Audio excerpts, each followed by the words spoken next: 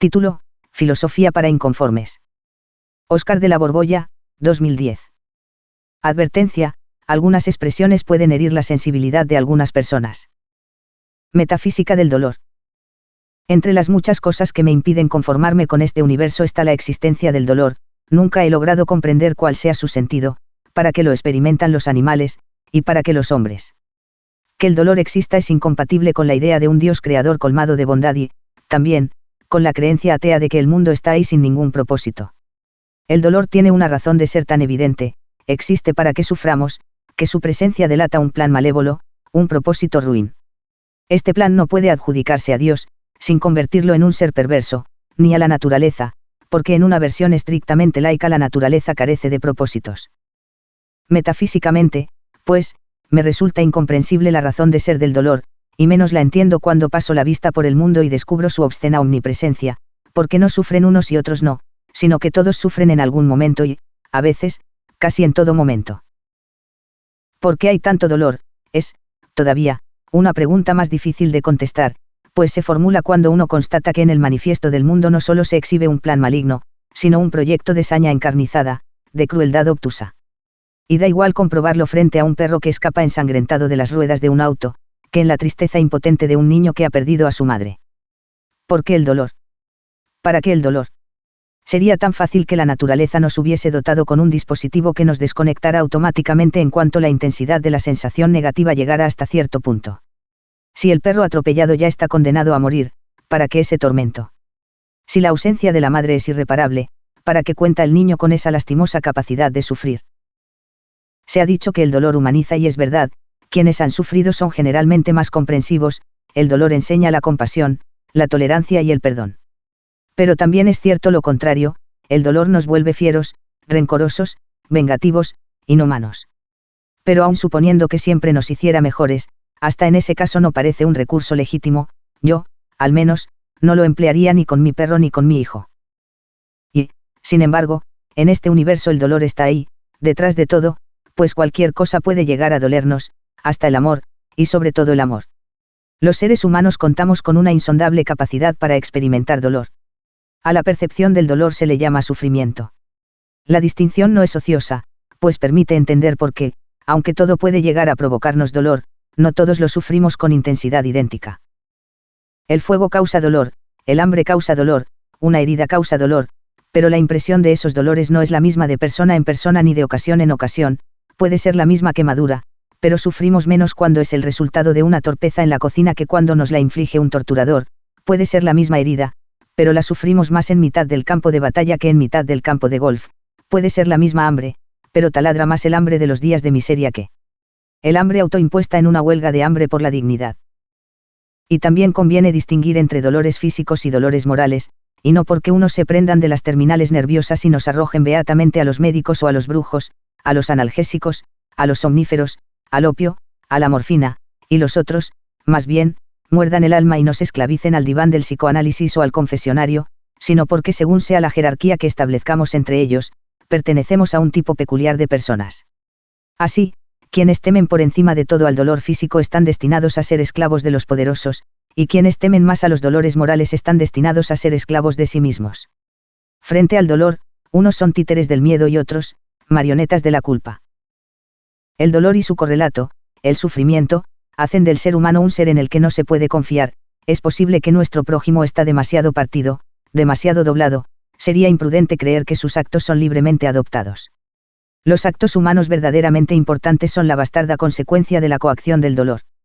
El dolor hace del hombre no una sufriente especie digna de compasión, sino una especie taimada digna del más cauto de los recelos.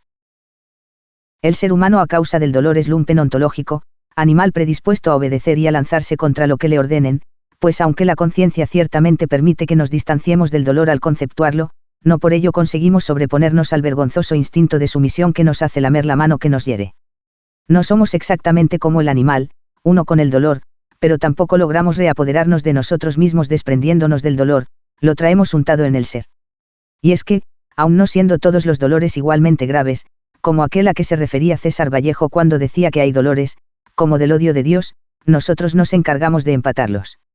Cuando se trata de sufrir lo hacemos con toda nuestra capacidad, sufrimos como perros sin tomar en cuenta que lo que duele tenga o no importancia.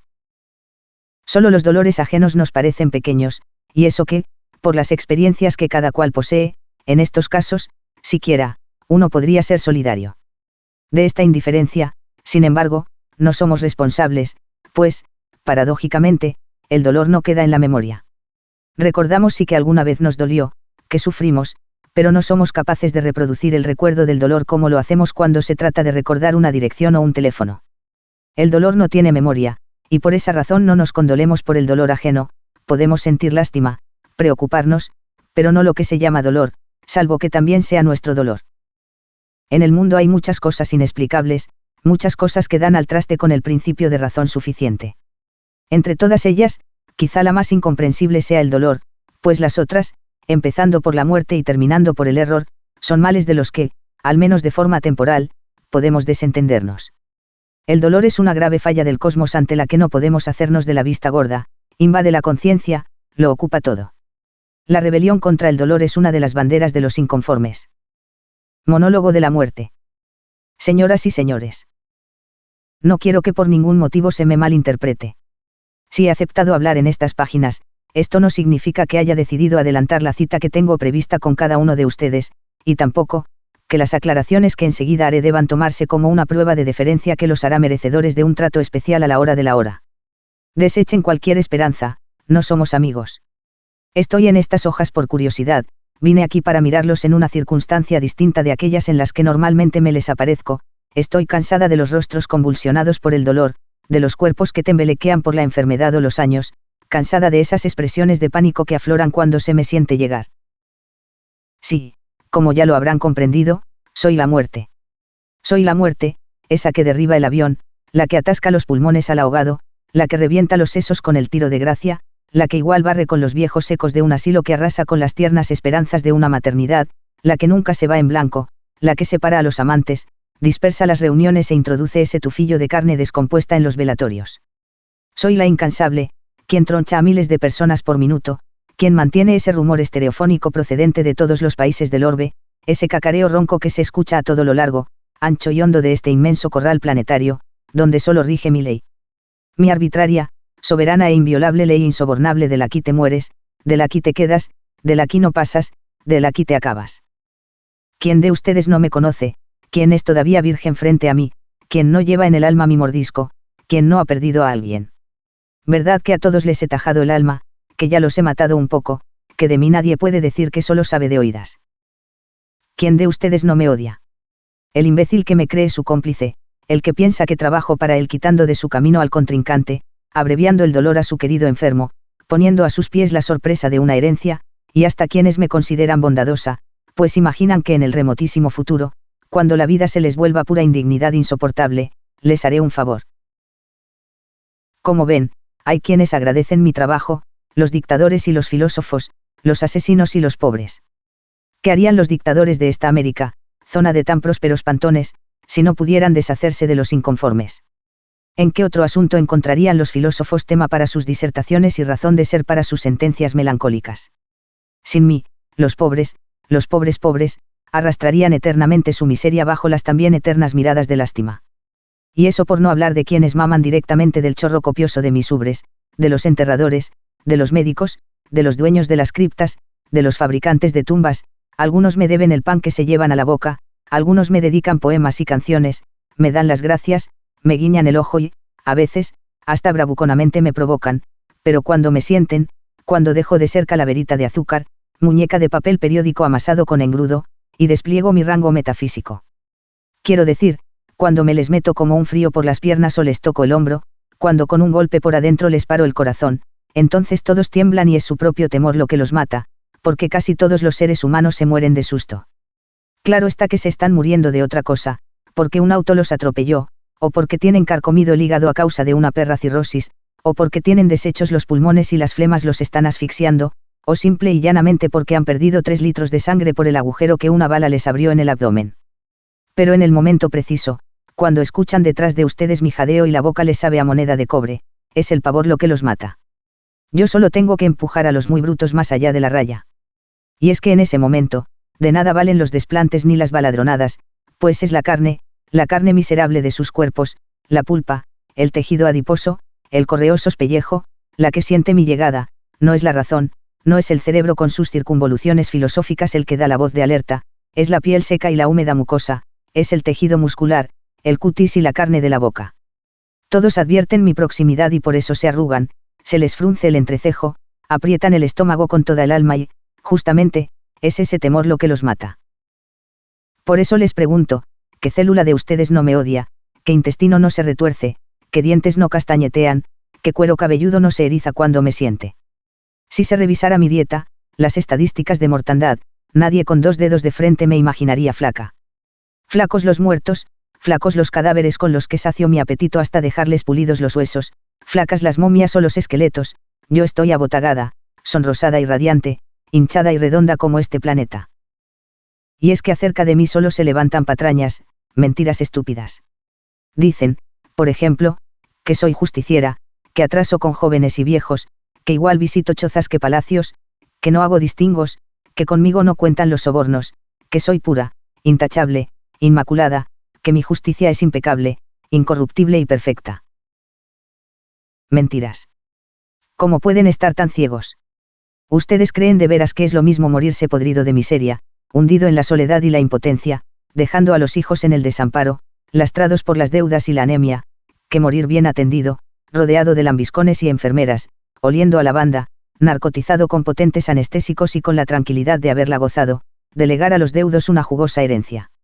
Ustedes creen que la vida no cuenta, que se mueren igual los infelices que se la pasaron muertos de hambre y muertos de pena, que los hartos, que los satisfechos, los que probaron de todo y todo lo tuvieron. De veras que están ciegos, yo también me aprovecho. No han visto cómo se reproducen los pobres y cómo los diezmo. No han comparado la esperanza de vida en África o Latinoamérica con la que tienen los franceses o los suizos. Carajo. Yo, justiciera. La justicia es pura demagogia, es un lema de campaña política, una consigna de pordioseros. Cuando han visto que alguien realmente poderoso hable de justicia y demande el respeto de sus derechos humanos? De justicia hablan los reyes endebles y los presidentes inseguros que necesitan legitimarse ante la plebe. Un verdadero jefe jamás invoca la justicia, un tirano, un dictador plenipotenciario, un autócrata, un mandamás auténtico habla de fuerza, de poder, su discurso está lleno de amenazas de muerte, porque la muerte es, oiganlo de mi boca, la única médula, la única fuente, la esencia oculta del poder, no hay más poder que el poder matar. Quien es obedecido porque convence, o porque al súbdito le conviene, le parece correcto, sensato y razonable lo que le mandan, no es obedecido realmente, pues en el fondo el esclavo convencido se obedece a sí mismo. Para ejercer el poder, para mandar de veras, es forzoso ordenar lo inadmisible, aquello que solo se acata por temor a la muerte. El poderoso dice, lo haces porque lo mando yo, porque si no lo haces te mato. El dictador no necesita pretextar la justicia cuando me tiene a mí, cuando posee la fuerza disciplinante de la muerte. ¿Y creen ustedes que yo soy justiciera? En verdad, me hacen reír, para mí la justicia no significa nada. Sin mí, nadie respetaría a nadie, no habría jefes ni patrones ni gobernantes ni dioses, porque no habría temor. ¿Quién temería a Dios si yo no existiera? ¿Quién se acordaría de Dios si nadie tuviera que dejar la vida? Si yo no existiera, ustedes se concentrarían en este mundo y el imperio del más allá se desmoronaría, porque si no tuviesen que morir serían inmortales, y los inmortales no se ocupan de los inmortales. Yo soy quien los reduce, los humilla, quien los pone a 4 patas frente a Dios. Yo soy quien enseña el significado de, nunca, quien penetre en mi reino se mantendrá aturdido a perpetuidad, y quien haya perdido a alguien, abandone toda esperanza, también se mantendrá irremediablemente carcomido, porque yo no me conformo solo con el que muere, también mato en parte a los sobrevivientes, les desmantelo el alma.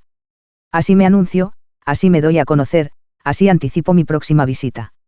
Esta es la cara que ustedes me conocen, soy esa herida que les ha dejado su difunto, esa cortada por donde se les cuela la nostalgia, ese hueco en la casa, ese boquete que tratan de olvidar pero que a ratos, reaparece como una ventana, como un hoyo en el pecho, como la vaga sensación de que algo les falta. ¿Quién no tiene una abuela, una madre, un tío que yo no le haya arrebatado? Un padre, un hermano, un hijo. ¿Verdad que todos son sobrevivientes? ¿Verdad que alguna vez, una vez que prefieren no recordar, les hice una visita? ¿Verdad que saben de qué les hablo? Sí. De aquella vez de su infancia, cuando los adultos de la familia estaban llorando y ustedes no entendían pero terminaron poniéndose serios, y de ese otro día más reciente, cuando dijeron para consolarse, así es la vida, o, Dios lo quiso, o simple y llanamente dijeron, ni modo, y se soltaron a llorar. ¿Verdad que sí se acuerdan? Se les cayó el pelo, estaban ojerosos y sin apetito hasta que hicieron un esfuerzo por sobreponerse, un esfuerzo que de nada les valió, pues más bien fueron los días, el ajetreo diario, la sabia y desmemoriada carne que renueva cada mañana sus urgencias lo que los regresó a la vida, a esa vida de todos los días, donde ustedes piensan que yo no tengo sitio porque están ocupados, atareados, afanándose, corriendo detrás de cualquier cosa. Cómo me dan risa sus ahorros y sus pérdidas, se preocupan como si fuesen eternos. Y, a pesar de todo, no soy cruel, les permito olvidarme, soy práctica, me vuelvo invisible para que ustedes se instalen a sus anchas en la vida, se distraigan y se reproduzcan para mí. Crueles son la enfermedad y la vejez que, cuando llegan, se les prenden día y noche para recordarles, con el dolor y la impotencia, la dicha de estar vivos y, con todo, la enfermedad, aparatosa y canalla, es menos cruel que la vejez, paulatina e irreversible, pues la enfermedad contiene, siquiera, la esperanza, esa ilusión de huir de mí. Yo los dejo respirar para que mi presencia no se abarate, para que cada muerte parezca la primera, pues, por definición soy enemiga de la costumbre, yo soy, la única costumbre que siempre sorprende. Y, aunque ustedes no lo crean, soy puntual, los tengo tan a la mano que materialmente es imposible que me retrase ni un segundo.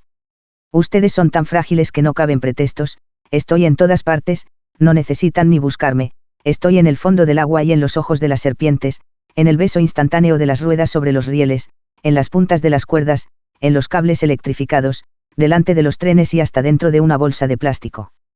Quien aparenta llamarme y no me halla es, por donde se le mire, un ser despreciable. Fallar conmigo es, de veras, merecerme. Aunque de hecho me merecen todos. ¿Cuál puede ser el sentido de unos seres como los hombres que ni de distracción sirven, pues se copian la vida unos a otros y basta con observar a cualquiera un momento para prever la lógica de la humanidad? Será anormal que si se pasan la vida muertos de hambre o muertos de cansancio, muertos de ganas o muertos de amor, muertos de aburrimiento, de miedo o de tristeza, desemboquen en mí. Ustedes creen que su misión es otra que alimentarme. No se dan cuenta de que es su vanidad la que les impide ver lo obvio, descubrir lo evidente. No hay regla más clara en todo el universo, todo cuanto existe es para mí.